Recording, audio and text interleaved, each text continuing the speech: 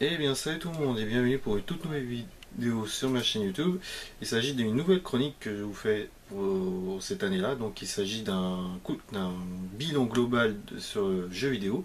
Donc dans ce bilan-là, vous retrouverez un top 5 coup de cœur, coup de gueule, qui sera commenté en voix off via des gameplays de jeu, enfin des trailers si vous voulez, sur lesquels je donne mon ressenti.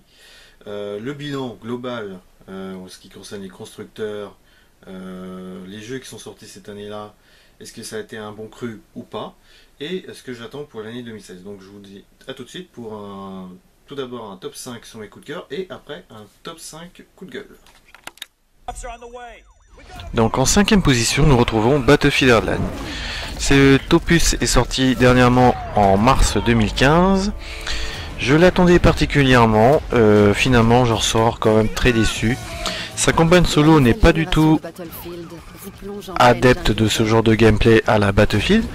Je pense que mettre Battlefield dans ce style de jeu là n'est pas du tout adapté, si vous voulez, tout en sachant que Battlefield en anglais c'est champ de bataille. Donc certes on prend le gameplay à la Battlefield, mais tout en sachant que nous sommes un flic contre des voyous, ce n'est plus du tout un champ de bataille, si vous voulez. Et sa campagne n'a aucun intérêt. Durée de vie du soft à peu près dans la lignée des Battlefield, à peu près 4-5 heures. La bande son est quand même de bon augure, les graphismes aussi. Son scénario est complètement nul à chier, c'est des trucs qu'on a déjà vu dans d'autres itérations, que ce soit en série télé, en film et en d'autres jeux vidéo. Et ce qui sauve à peu près le jeu, qui du coup n'est pas dans mes flops si vous voulez, enfin dans mon top 3, c'est son multijoueur qui du coup reste dans l'itération des anciens opus. Mais pour ma part, ce jeu n'a franchement aucun intérêt. J'ai préféré nettement attendre un Battlefield 5 qui devrait sortir d'ici un ou 2 ans, juste après que DICE finisse Mirror's Edge 2 et Star Wars Battlefront, même si Battlefront est sorti dernièrement. Ce Battlefield Hardline m'a complètement déçu, sa campagne est complètement inutile, tout comme les anciens opus, que ce soit le 3 ou le 4, sauf bien entendu les itérations de Battlefield comme les Bad Company. Oui, les Bad Company ont été quand même largement au-dessus en campagne solo. Donc voilà, franchement, aucune utilité, je vous décommande ce Battlefield, à part, bien évidemment, le multijoueur. Donc voilà, en cinquième position, Battlefield Hardline. En quatrième position, nous retrouvons Mad Max, sorti initialement en septembre de cette année-là. J'ai été complètement abasourdi de ce jeu-là, et dire que je l'attendais particulièrement, étant donné que j'ai adulé le film, malgré que le film avait un manque de scénario, il est resté quand même très très bon, et je pensais que ça allait être dans la même direction, et pas du tout. Ça n'a franchement rien à voir. On se retrouve dans un jeu qui n'a aucune originalité dans son gameplay. Donc dans son gameplay on retrouve les mêmes phases de combat à la sauce Batman, Assassin's Creed, et si vous voulez à peu près pour ce qui est de l'éditeur, de l'ombre du Mordor. Et idem en ce qui concerne le post-apocalyptique. Certes, Mad Max, c'est vrai, ça se passe dans un univers post-apocalyptique. Donc certes, je peux vous l'accorder, on peut pas changer grand-chose dans son originalité. Toutefois, le jeu est entièrement répétitif. En ce qui concerne ces quêtes annexes, c'est du postier, c'est du sabotage, voilà, c'est ça quoi, et désamorcer des mines, voilà, c'est ça le jeu. Le scénario est pas en reste, c'est de la pauvre merde. En effet, il suffit simplement de récupérer le moteur V8 de Max qui a été piqué par Scrotus. Voilà, c'est ça le scénario du jeu. Et on va dire dans les bons côtés dans cet opus là, il y a la fin qui du coup enfin remonte le niveau. Dans les 2 dernières heures du jeu, enfin on voit la psychologie de Max, parce que ce qu'il faut savoir, c'est que Max n'a pas du tout de charisme, si vous voulez, comme le film bien entendu, mais voilà, c'est à partir de ces 2 dernières heures de jeu que voilà, le jeu s'est lancé, et puis du coup quand arrive la fin, Ah bah voilà. Bah du coup, bah tout ça pour ça. Voilà. C'est très très navrant. Franchement, très très déçu de cet opus-là. J'en attendais tellement que du coup, il se retrouve dans mes flops et en 4ème position pour Mad Max. En 3ème position, nous retrouvons Zombie. Zombie sorti initialement en août fin août, uniquement en démat, qui du coup j'ai appris dernièrement qu'il sortira en version boîte. Donc voilà, Zombie, c'est un jeu remasterisé qui était sorti initialement sur Wii U il y a 2 ans de cela. Donc étant donné que je l'attendais patiemment, si vous voulez, parce que si je devais prendre une Wii U, c'était uniquement pour Zombie U. Et très grande surprise, le jeu n'est pas bon du tout. Je ne pensais pas du tout que ce serait ce genre de itération là, si vous voulez. Le gameplay reprend à peu près la sauce Konami que j'ai fait dernièrement sur ma chaîne. Ce qui est assez drôle, c'est que Konami est sorti il y a 10 ans. Donc, en termes de gameplay, c'est que Zombie a 10 ans de retard. Le fait déjà de armer son cliquet et que le zombie fasse un énorme recul, style un Michael Jackson qui fait du moonwalk, ça fait assez bizarre de voir ce genre de délire là. Le terme survie n'est pas du tout là. Franchement, je n'ai pas eu beaucoup de mal à trouver des munitions et des denrées rares. Les armes sont assez faciles à trouver, donc en gros c'est sur votre chemin si vous voulez. Ce que je m'attendais à ce jeu-là, c'est un monde ouvert, sauf que c'est un soi-disant monde ouvert cloisonné. Donc je ne m'attendais quand même à mieux à ce jeu-là. Graphiquement, bah c'est dans une technologie Wii U, donc quand vous voyez ça sur une next-gen, ça fait drôle d'un coup. Même s'il n'est pas détestable, mais c'est pas super beau quand même. Scénaristiquement, bah il y a rien du tout. Hein, c'est comme un Walking Dead si vous voulez, un Walking Dead sans préavis sur son scénar, on n'apprend rien quoi. Voilà. Les infectés, bah c'est que du zombie. Hein, il y a des zombies un peu, comment vous dire cela. Blindés si vous voulez, c'était des zombies avec qui étaient flics, hein, qui du coup avec des casques, des gibarbales, du coup ils étaient plus compliqués à buter. Bon après il suffisait juste de vous concentrer avec votre batte de baseball et leur fracasser le crâne. Sinon le jeu pour ma part n'a aucune utilité à l'achat. Toutefois, n'hésitez pas à le prendre vraiment à 5 €, ça ne vaut pas plus. Donc désolé Ubisoft, mais Zombie, ce n'est pas du tout un bon jeu. Donc voilà, en 3ème position, Zombie.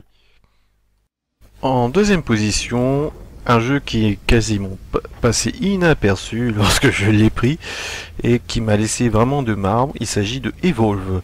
Donc un jeu entièrement dédié au multijoueur compétitif sur lequel vous êtes une escouade de 4 personnes et votre but est de tuer l'alien, le monstre si vous voulez, et voilà c'est tout. Je n'ai pas du tout adoré ce jeu. J'ai joué que à peine 10 heures, donc franchement pour tout vous dire, ça fait très très longtemps que je sais que un style de jeu m'a autant fait chier, autant déçu, autant inutile si vous voulez dans son délire. Je n'ai pas du tout trouvé l'alchimie qui a été ce qu'avait fait le studio à l'époque sur la série des Left 4 Dead. Certes, il emprunte quasiment à la virgule près ce genre de style de jeu, mais d'une autre orientation, et je vais pas du tout adorer ce jeu là. Et ce qu'il faut savoir, c'est qu'il n'y a pas de mode campagne. Enfin si, il y en a une, mais c'est pas une campagne scénarisée. Bon, remarque, Left 4 Dead c'était pas du tout scénarisé, mais c'était beaucoup plus fun quand même dans son genre. Mais Evolve, je n'ai pas du tout apprécié ce genre là. Franchement, à l'époque je l'avais pris pour pas cher, hein, j'avais pris pour 15 € et franchement ça les vaut largement, ça vaut pas plus. Franchement à beaucoup plus de 20 € c'était une vraie arnaque. Franchement ne le prenez pas, vraiment si vous le prenez, prenez-le à 15 € mais pas plus, parce que franchement vous ferez vraiment très très chier dessus. Après ce qui sauve le jeu c'est uniquement ses graphismes, c'est le moteur de CryEngine, donc de Crysis, de Sniper Ghost Warrior, et c'est vraiment tout ce qui peut sauver le jeu. Franchement après le reste il n'est pas du tout fun, et ce qui est assez navrant. Donc voilà, Evolve en 2ème position. Et en première position de mes flops de cette année-là, ne me fracassez pas la crâne, s'il vous plaît. Parce que franchement, ce jeu-là est une honte à la série. Il s'agit de Metal Gear Solid 5, le Phantom Pain. Alors pourquoi je n'ai pas adoré ce jeu-là? Très franchement, je n'ai pas retrouvé mes marques par rapport aux anciens opus. Certes, il y a des bons côtés dans ce jeu-là. Tout ce qui m'a un peu choqué, si vous voulez, c'est son scénario que j'ai trouvé complètement à la rue. Le fait déjà que Snake, notre personnage principal, ne communique quasiment jamais, et ça fait drôle de voir le personnage de Snake quasiment muet, si vous voulez. Et en plus, il faut savoir, c'est que ils ont changé d'interprète, c'est Kiefer Sutherland, donc de 24 heures chrono, qui a remplacé David Effer. Et je me suis dit, ouais, déjà rien que ça, c'est déjà un mauvais côté, parce que bon, j'adore Kiefer Sutherland, mais de pas retrouver la voix de David Effer, ça fait drôle quand même. Donc déjà rien que ça m'a déjà fait bien chier. Alors, je vais faire à peu près les bons côtés du jeu. Les graphismes sont d'une extraordinaire ingéniosité. Franchement, c'est quand même très varié dans ses décors et c'est super beau. Les scènes cinématiques sont super belles, malgré qu'il n'y en ait pas beaucoup. Le personnage de... J'aurais bien aimé connaître beaucoup plus le personnage de Skullface. Mais non, Skullface c'est une ombre, on connaît pas trop ce qu'il fait, pourquoi et comment. Peut-être que c'est vrai qu'à l'heure que je vous parle, je n'ai toujours pas fini le jeu. Ça fait quand même 3 mois que j'y suis dessus. Je n'avance pas parce que ce jeu est d'un ennui mortel. Très franchement, ça fait très longtemps que j'ai pas eu ce genre de jeu là. Et en plus, tout en sachant que c'est un monde ouvert, donc un monde ouvert qui doit être, pour ma part, varié dans son gameplay, qui ne soit pas du tout ennuyant à faire, et très franchement ce jeu là m'a fait chier du début, on va dire jusqu'aux 3/4 du jeu. Il doit me rester à peu près une dizaine de missions. Pour ma part, c'est un épisode de trop. J'aurais préféré que Kojima s'arrête. C'est pas le 4e opus qui était le dernier, c'est le Peace Walker, que je n'ai jamais... j'ai fait le début, mais j'ai jamais accroché à ce jeu là. Et il faut savoir que Peace Walker, le Phantom Pain a repris entièrement, si vous voulez, le gameplay de Peace Walker. Donc Peace Walker, déjà que j'ai pas super apprécié, peut-être que je suis pas rentré dans ce délire qu'avait fait Kojima sur la version... Bon, j'ai pris la version remasterisée, pas la version PSP, mais je n'ai pas du tout trouvé cette alchimie qu'a été les anciens opus. Moi j'adore cette franchise là, du 1er au 4. Après, je n'ai pas fait le Peace Walker et puis les anciens opus qui sont sortis sur la Metal Gear, n'importe quoi, PSX, je crois. Et franchement, non. Ce Phantom Pain là m'a entièrement déçu.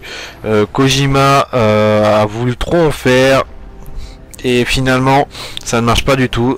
C'est un mauvais jeu. Le gameplay certes sauve un peu le jeu parce que c'est vrai que le thème infiltration action est bien retranscrit, ça y a pas de problème, mais c'est tous les à côté, que ce soit le scénario, voire même les personnages secondaires comme Ocelot, comment il s'appelle, Dr Emmerich, et même le petit con de gamin blond, il ne sert à rien. Très franchement, je suis déçu. C'est vrai que Metal Gear, on avait l'habitude de connaître tous les personnages là, et puis là, ils sont limite de faire de la figuration. Très franchement, je n'ai pas du tout adoré ce jeu-là. Je me le répète, je suis désolé, mais Metal Gear Solid est l'épisode de trop qui n'aurait dû jamais sortir en l'état actuel, qui aurait dû s'arrêter au 4, voire mais ne jamais faire Peace Walker aussi du coup. Non, franchement, ils auraient dû s'arrêter au 4. Certes, il y a des bonnes idées dans cet opus là, c'est con, c'est très con, mais franchement, le scénario s'est cassé la gueule comme monumental, si vous voulez, excusez-moi si j'ai du mal à parler. Voilà, donc franchement, en première position, ma très grosse déception, et dire que j'en suis franchement très déçu. Il s'agit de Metal Gear Solid 5, The Phantom Pain. Donc maintenant nous allons passer dans mes coups de cœur de cette année-là. Donc en 5e position, nous retrouvons Halo 5 Guardians. Certes, vous avez certainement pesté parce que j'ai fait un let's play dessus et ceux qui ont vu mon let's play de fin, vous allez dire t'as pas aimé le jeu. J'ai pas dit ça. Je dis simplement la fin m'a surpris. Tout simplement parce que je trouvais que cette fin n'était pas du tout adaptée à un épisode qu'on attendait particulièrement depuis bien 2-3 ans je dirais. Mais sinon, Halo 5 quand même mérite bien sa place déjà il est le 5e opus et du coup il est 5e. Donc voilà, Halo 5 franchement ça a été un très très bon titre, franchement j'ai bien aimé le faire, malgré que c'est pas mon meilleur épisode hein, bien entendu, ça reste toujours le premier et le 4e opus, et Reach bien entendu, mais celui-ci j'ai pas trouvé ce qui a été bien dans les anciennes itérations si vous voulez, mais franchement il était plutôt agréable. Après en ce qui concerne la durée de vie, bah il est dans la lignée des autres opus, mais moins long que le 2 bien entendu, parce que le 2 je trouve que c'est le plus long de la série. Et scénaristiquement voilà, moi je n'ai pas compris énormément de choses, sans trop vous spoiler, voilà, Cortana est tombé dans le côté obscur, donc je vous en dis pas plus. Ceux qui veulent découvrir le scénario du jeu, n'hésitez pas à consulter mes let's play, ils sont là pour cela. Et donc franchement Halo était très bon, malgré que voilà c'est pas mon meilleur opus, mais je trouve que voilà, et ce qu'il faut savoir c'est que je voulais le mettre dans mes déceptions, mais étant donné que je l'ai fait une deuxième fois en augmentant la difficulté, j'ai pris mon pied on va dire, et du coup bah, je l'ai mis en 5e position de mes favoris. Donc Halo 5 en 5e position. En 4e position, nous retrouvons Dying Light. Donc, il n'est pas tout neuf ce jeu-là. Il est sorti en février pour ceux qui étaient en possession de la version physique et en janvier pour le démat. Donc, Dying Light reprend à la virgule près le gameplay de ce que faisait Dead Island et le mode parcours à la Mirror's Edge. Donc le gameplay à la Dead Island c'est bien entendu Techland, et qui est développeur sur Dying Light, Techland.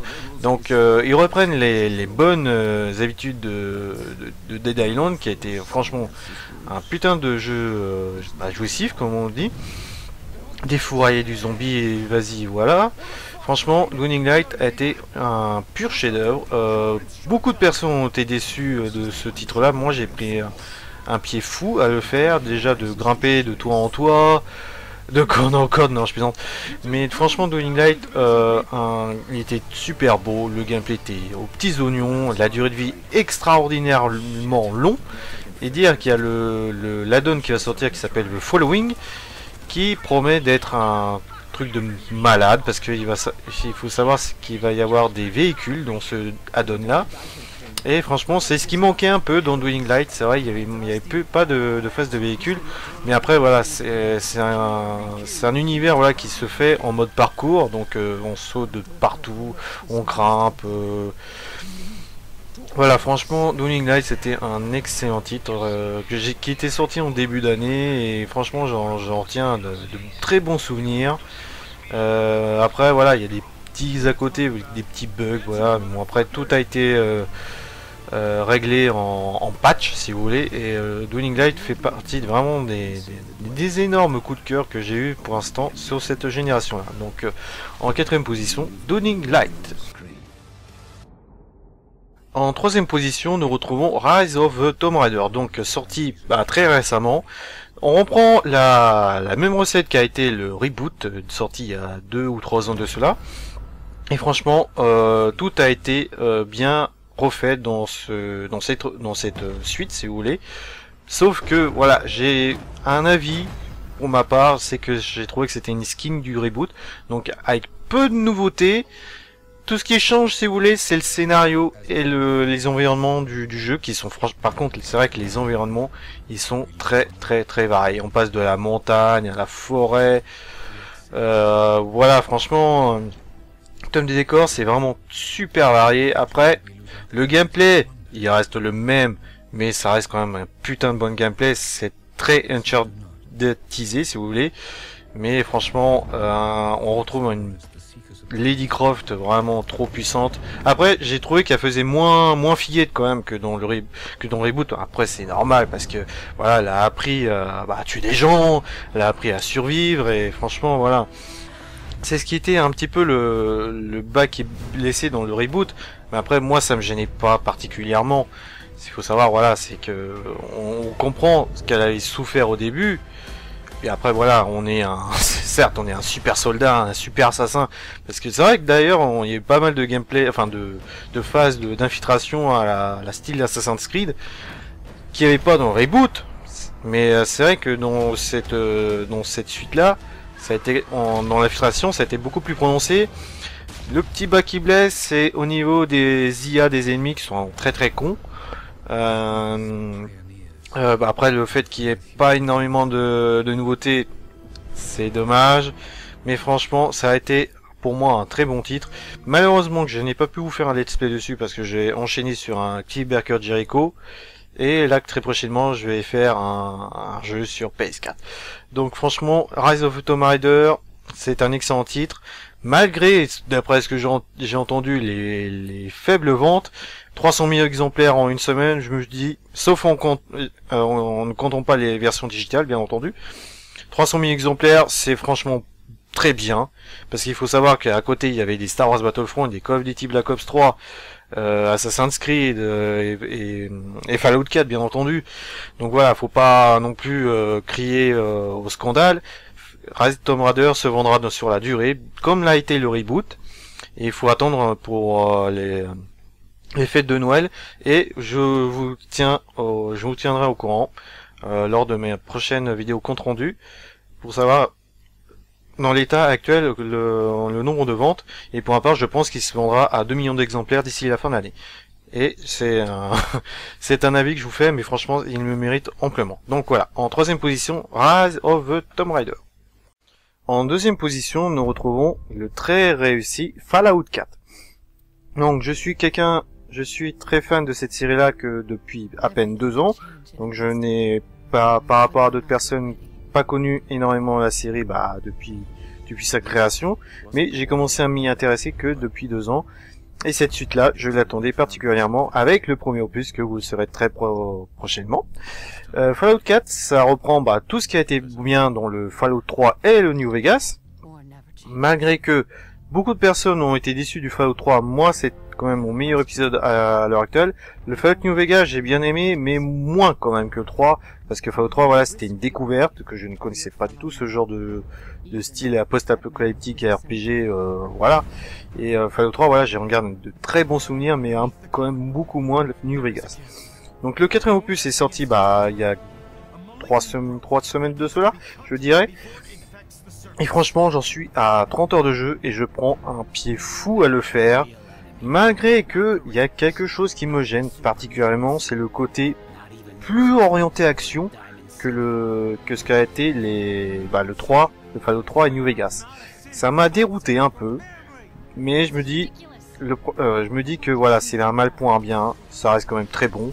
C'est vrai que le gameplay des 3 et du New Vegas était quand même assez mou, et là c'est vrai que d'un coup ça nous fait drôle de défoncer du super mutant, des ghouls, avec des gros guns. Certes, il y a beaucoup de nouveaux guns et des guns qui existaient dans les anciens opus, mais franchement ça m'avait fait drôle. Après graphiquement il est joli, franchement il est plutôt beau.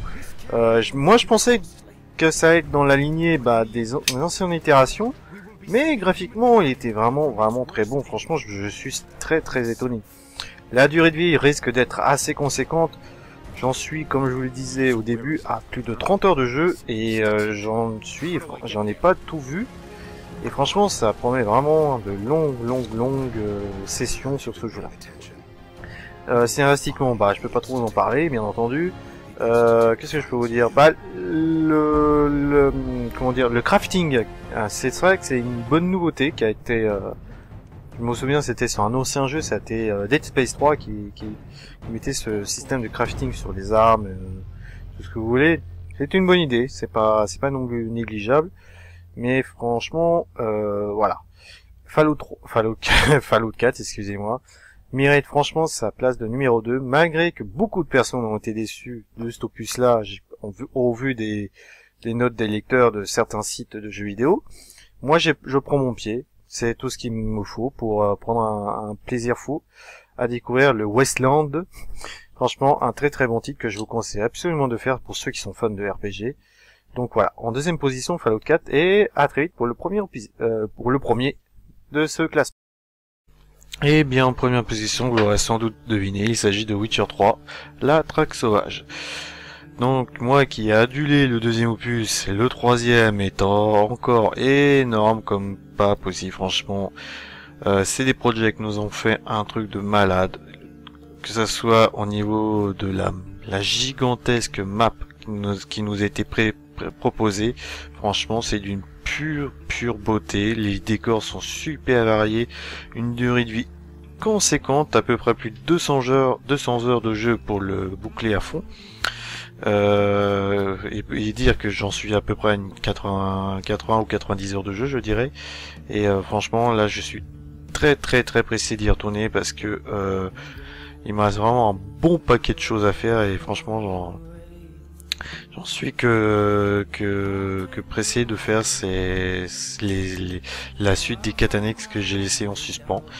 Et franchement, que ça soit en quête secondaire, elles sont vraiment très variées. C'est vraiment un épisode vraiment à part entière dans le jeu vidéo. Franchement, on prend un putain de plaisir et on est très vite accro parce que franchement le jeu est tout bonnement magnifique. Franchement, je peux pas trop là j'en dis beaucoup dessus, mais franchement c'est un très bon jeu. Et donc voilà, donc Witcher 3 en première position et qu'il mérite amplement, et que je peux saluer franchement CD Projekt nous avoir pondu un tel jeu. Voilà, enfin un éditeur qui écoute à peu près ses fans, si vous voulez, et qui gomme tous les défauts qu'il y a eu via des patchs. Et franchement, l'éditeur ne peut pas, enfin oui, le développeur, excusez-moi, ne peut pas démériter sa première place de jeu de l'année et peut-être certainement le jeu de cette next gen là. Donc voilà, pour Witcher 3, donc franchement, il ne démérite pas. Donc il est dans mes coups de cœur de cette année-là, et peut-être sûrement dans mes coups de cœur de cette génération. Donc voilà, première position, Witcher 3. Et voilà, donc on est de retour, donc j'espère que cela vous aura plu dans mes coups de cœur et mes coups de gueule. Donc ça a été assez compliqué pour les coups de gueule, parce que vous avez vu de vos propres yeux, oui, j'ai mis Metal Gear Solid Phantom Pain. Donc je vais pas revenir dessus, j'en ai longuement parlé sur ma vidéo, enfin, sur la partie, mais très franchement, il était pas bon du tout. Et dire que moi j'en suis fan de cette série là, c'est vraiment tombé bien bas. Donc voilà, on va pas trop en débattre, hein. Après n'hésitez pas aussi à laisser des commentaires de ce que vous en avez pensé de mon top 5 coup de cœur et coup de gueule. Mais non, voilà. Donc je vais pas trop en parler sur ces jeux là. Donc maintenant on va faire un bilan global sur cette année là. Donc pour ma part, j'ai trouvé que c'était un bon cru, mais sans plus. Ça a été mieux depuis ces 2-3 dernières années, on va dire. On a eu beaucoup de jeux, mais le problème c'est que c'est des jeux qui se ressemblent quasiment tous, quoi. Il y a juste l'exception, on va dire, de Witcher 3, que oui, là sur le coup c'est différent, c'est pas répétitif, voilà, c'est un truc qui a été développé vraiment pas avec les pieds, si vous voulez.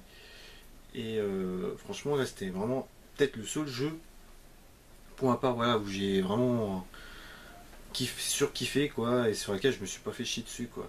Par rapport à voilà, moi en ce moment j'ai pas encore je suis en train de refaire un Fallout 4, donc que j'ai toujours pas fini à l'heure actuelle, même si je suis à plus de 30 heures de jeu. Je vous ai dit dans mon top 2, enfin dans mes coups de cœur, parce que voilà, c'est Fallout, hein, c'est obligé que ça devrait figurer.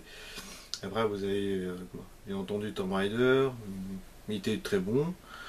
Voilà, après Dwelling Light, et puis Halo 5, malgré que c'est vrai que je vous ai pas dit sur la vidéo, parce que c'est des vidéos que j'ai enregistrées pendant mes vacances, voilà. Et Halo 5, voilà, j'ai détesté au début, mais j'ai apprécié lorsque j'ai fait une deuxième partie et quand j'ai joué au multijoueur. Il devait figurer dans mes flops, si vous devez le savoir, mais je le mets quand même dans mes coups de cœur. Après cette année-là, je n'ai pas fait. Il y a des jeux que je n'ai pas acquéris comme la Call of Duty Black Ops 3. Très franchement, d'après les dires voilà, de certaines personnes, le jeu est quand même moins bon que le deuxième. Et ce qu'il faut savoir, c'est que le deuxième était comme excellent. Et le troisième opus, voilà, je ne l'attends pas particulièrement. Assassin's Creed Syndicate. Donc oui, pour la première fois, je n'ai pas acheté un Assassin's Creed. Donc pour ceux qui me connaissent, vous savez très bien de ce que je pense de cette série-là depuis le fameux deuxième opus qui était génialissime et que c'est de pire en pire. Et voilà, donc celui-ci je vais le faire mais pas tout de suite, hein, parce que de toute façon j'ai trop de choses à faire. Et comme vous devez vous douter, maintenant j'ai cette machine-là, la PS4, donc imaginez que je vais faire un Assassin's Creed maintenant, vous pouvez vous mettre le doigt dans l'œil. Donc voilà, après on va pas faire je sais plus ce que je veux dire, bon bref. Après il y a aussi Forza Motorsport 6, donc même chose, le 5 j'ai été très déçu de cet opus là, moins en ce qui concerne l'Horizon 2, mais Motorsport 6 je ne l'attends pas particulièrement. Donc voilà, après il y a aussi Zombie Army, trilogie, je sais pas quoi. Il y a quelques jeux ouais, que je voulais essayer que j'ai pas pu prendre parce que comme je vous disais, j'ai plein de choses à faire à côté et puis ça va pas été évident. Après voilà, il y a aussi dernièrement, comme je vous l'ai dit, là, il y a un instant, j'ai la PS4, donc j'essaie petit à petit à faire quelques titres. Ce sera surtout des titres exclusifs à la console, parce que je suis quand même quelqu'un de très orienté Microsoft, et non moins quand même que Sony. Mais bon, voilà. Après, pour mon propre bien, voilà, je trouve qu'on a quand même un très bon cru. Sans plus, mais c'était quand même pas mal. Après, qu'est-ce qui va nous attendre pour l'année 2016? Alors, il y a pas mal de titres qui m'interloquent. Bon, bien entendu, le Mass Effect Andromeda. Donc, après la trilogie monumentale, grande, gargantuesque, tout ce que vous voulez, qui m'a fait envie de découvrir cet univers post-space opéra, excusez-moi. Je l'attends particulièrement celui-ci parce que si jamais ça peut être aussi grandiose que la trilogie, franchement ça peut être que du bon. Après, donc bien entendu, Uncharted 4, donc c'est bien évidemment sur cela que j'ai pris la PS4 là dernièrement. Donc Uncharted 4, en espérant qu'ils aient gommé les défauts qu'a été le troisième opus qui était sur le coup en deçà du deuxième, qui le deuxième reste quand même le meilleur de cette série là. Et voilà, donc Uncharted 4, franchement, très très grande impatience. Au vu des vidéos de gameplay, tout ce que vous voulez, il a l'air d'être énorme. Franchement, je l'attends particulièrement. Après, ce serait Quantum Break de Remedy. Donc, Remedy, c'est pas non plus des manches hein, dans le jeu vidéo, avec ce qu'ils avaient fait à l'époque, les Max Payne et Alan Wake. Donc j'ai vu la démonstration de l'alpha pendant le Paris Games Week. Donc ça peut être très intéressant. Après ce qui m'avait un petit peu interloqué, c'était ces graphismes que j'ai trouvé assez moches. Mais ce qu'il faut savoir, c'est quand même une alpha et que le jeu sortira. Lorsque je l'ai vu, c'était 7 mois après. Donc on attend de voir venir, comme on dit. Non, j'ai entendu le bruit. Donc voilà, c'est vraiment ces trois titres-là que j'attends particulièrement. Donc je tiens à m'excuser si je parle doucement, mais j'ai pas envie qu'on m'entende. Donc voilà, c'est vraiment les trois titres que j'attends particulièrement pour l'année 2016. Après, il y a d'autres jeux comme Sébastien Lobrali, Mirror's Edge 2, Division, malgré que j'ai quelques a priori sur ce jeu-là. Il y avait quoi encore intéressant? Mirror's Edge 2, je vous l'ai dit. Il y en avait un autre qui était retardé. Deus Ex Mankind Divided, je crois. Donc le nouveau Call of, même malgré que je ne l'attends pas particulièrement, ce serait normalement le Ghost 2. Parce que le Ghost n'était pas terrible. Il y a aussi Dirt Rally qui a été annoncé dernièrement. Donc il paraît que sur PC c'est une bombe. Donc moi qui suis fan de jeux de rallye, je ne peux que saluer ce qu'a fait Codemaster. Après je sais pas ce que je pourrais attendre de plus. Franchement j'ai... Ah, non pas... Ah peut-être Halo Wars 2. Peut-être Halo Wars 2, ouais. Mais c'est pas dit qu'il sortira cette année-là. Pourquoi pas. Donc voilà pour cette vidéo bilan de cette année-là. Donc j'espère que cela vous aura plu. Donc je ferai ce genre de vidéo très prochainement.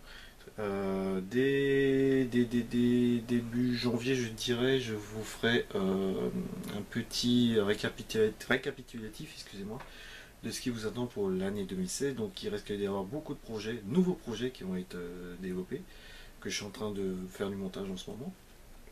Donc j'espère que cela vous plaira. Donc je vous dirai ça dans cette vidéo là. Donc voilà pour cette vidéo là. Donc j'espère que ça vous aura plu encore une fois. Donc je vous donne rendez-vous très prochainement sur ma chaîne et je vous dis à la prochaine et ciao ciao.